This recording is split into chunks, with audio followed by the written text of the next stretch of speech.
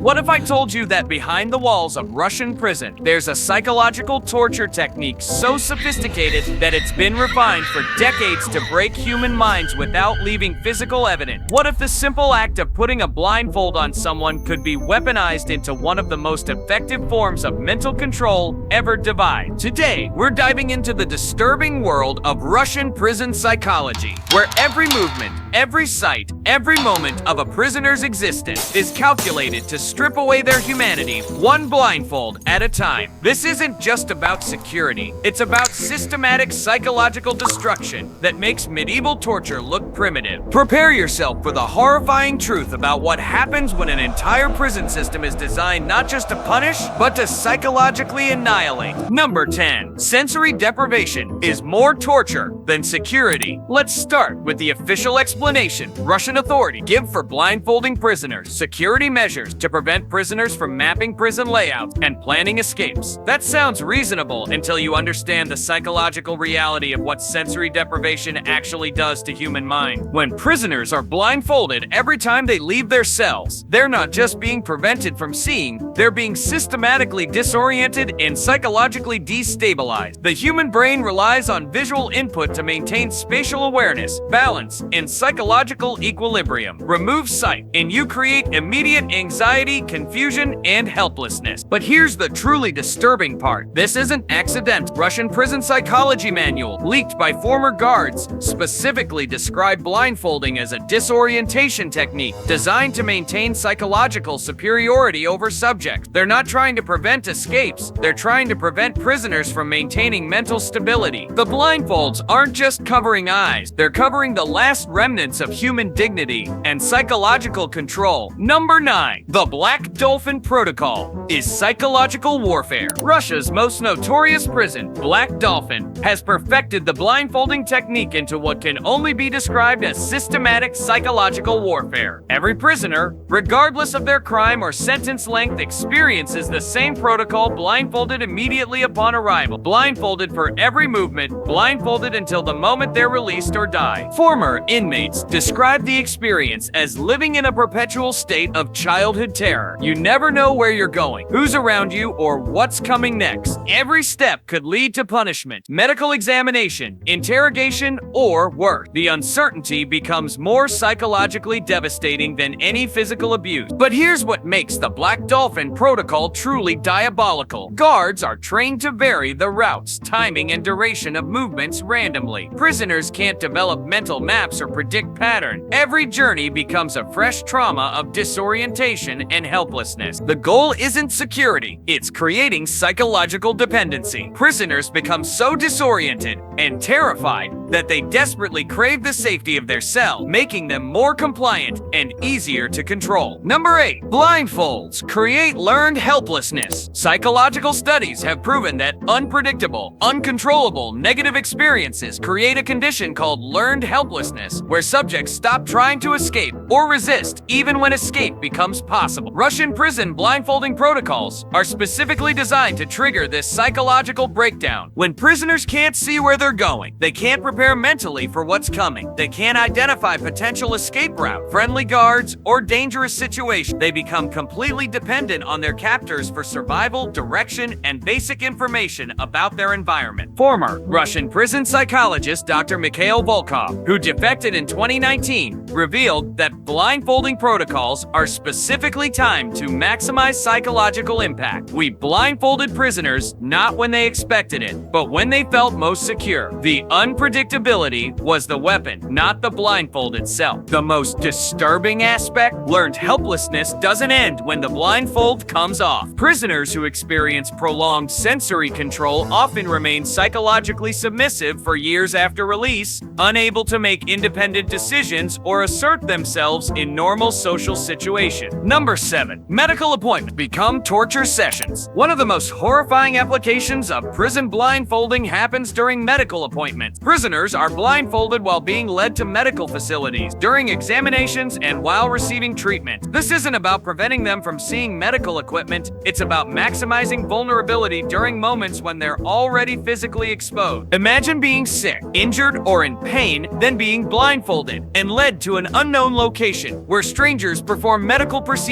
dangers you can't see or understand. The psychological terror of not knowing whether you're receiving legitimate medical care or being subjected to experimentation is devastating. Former inmates report that medical blindfolding creates such severe anxiety that many prisoners refuse medical treatment entirely, preferring to suffer from treatable condition rather than experience the psychological trauma of blindfolded medical encounters. But here's the most disturbing part. Russian prison medical facilities are often used for experimental treatments and psychological research. Blindfolded prisoners can identify doctors, witness procedures, or provide credible testimony about what was done to them. Number 6. Family visits become psychological manipulation. Even family visits in Russian prisons involve blindfolding protocols that transform emotional reunions into psychological torture. Prisoners are blindfolded while being transported to visiting areas, often kept blindfolded until the moment they sit down with family members, then immediately blindfolded again when the visit ends. This creates a bizarre psychological dynamic where prisoners experience family connections as brief interruptions in sensory deprivation rather than normal human interaction. The contrast between blindfolded transport and brief visual contact with loved ones creates emotional dependency on both the prison system and family relationship. Former prisoners describe family visits as psychological torment disguised as kindness. The knowledge that seeing family members requires experiencing blindfolded transport creates complex emotional associations between love and submission to authority. But here's the truly manipulative aspect. Guards often use family visits as behavioral control tools. Prisoners who comply with blindfolding protocols without resistance are allowed longer visits. Those who show any sign of resistance have visits shortened or canceled entirely. Number 5. Court appearances are theater of humiliation. When Russian prisoners are transported to court hearings, the blindfolding protocol becomes public theater designed to dehumanize defendants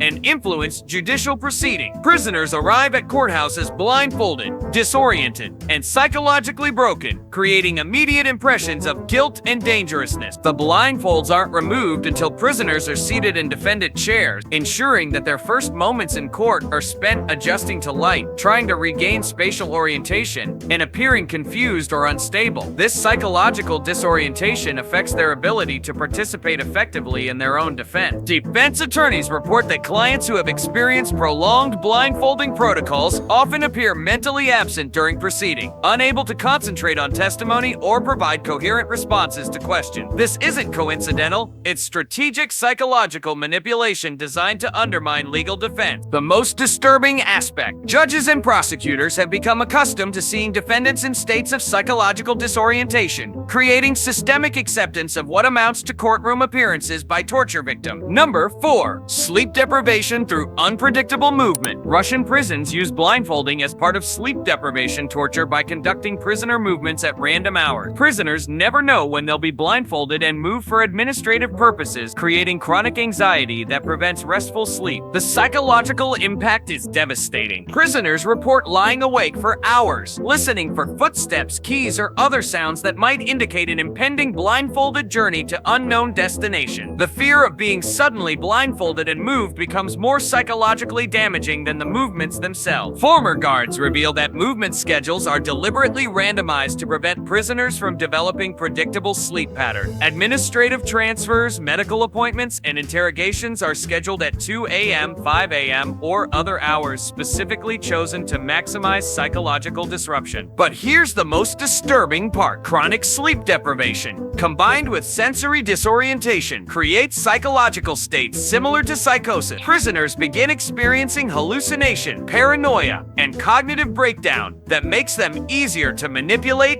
and control. Number 3. Interrogation enhancement through sensory control. Russian interrogation techniques combine blindfolding with other sensory manipulation to break down psychological resistance more effectively than physical torture. Prisoners are blindfolded during transport to interrogation room, throughout questioning, and during returns to cell. This creates a psychological state where prisoners can't identify interrogators, can't read body language or facial expression, and can't use visual cues to predict when questioning will become aggressive. The sensory deprivation makes every voice, every sound, every question more psychologically threatening. Former FSB interrogator, speaking anonymously, revealed that blindfolded subjects are 73% more likely to provide information during questioning because they can't assess interviewer reactions or develop resistance strategies based on visual feedback. The most horrifying aspect? Interrogation blindfolding is often combined with temperature manipulation, sound torture, and disorientation techniques that create complete psychological breakdown without leaving physical evidence. Number 2, religious and cultural humiliation. For prisoners from religious or cultural minorities, blindfolding becomes a tool for systematic spiritual and cultural destruction. Muslim prisoners report being blindfolded during prayer times, preventing them from facing Mecca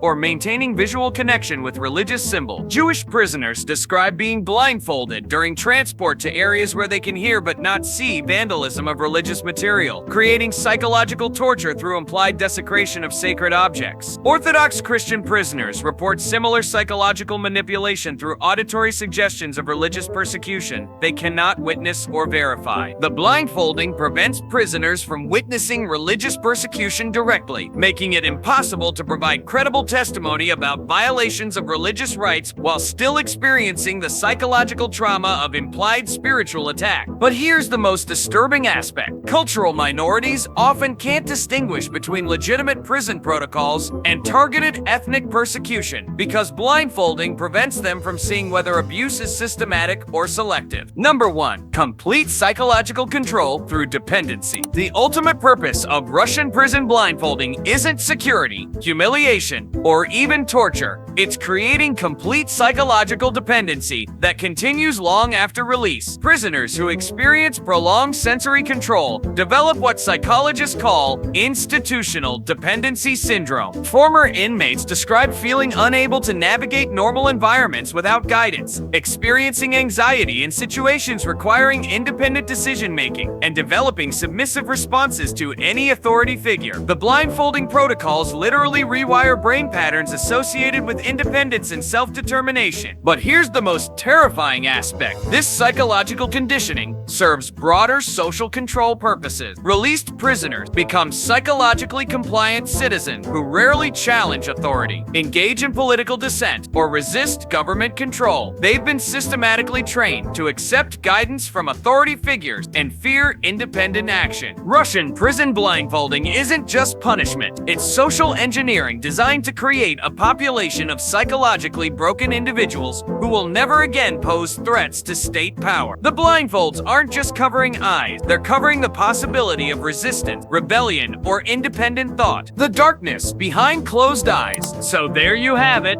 10 disturbing facts about why Russian prisoners are blindfolded every time they leave their cell. From systematic psychological torture to social control engineering, this isn't just about prison security. It's about creating broken human beings who will never again challenge the system that destroyed them. The most horrifying realization isn't what happens to prisoners during blindfolding. It's recognizing that these techniques are specifically designed to create psychological effects that last for decades after release. Every blindfolded prisoner becomes a walking testament to the power of sensory control as a tool for human manipulation. But here's what should truly terrify you. These psychological control techniques aren't limited to prison. The same principles of sensory manipulation, unpredictable authority, and systematic disorientation are being refined and exported to other institutions, other countries, and other forms of social control. The blindfolds in Russian prisons are just the beginning. They're testing grounds for psychological control techniques that could be applied to entire population. And once you understand how easily human minds can be broken through simple sensory manipulation, you'll never look at authority, institutions, or social control the same way again. The darkness behind those blindfolds isn't just about individual punishment, it's about the systematic destruction of human independence itself.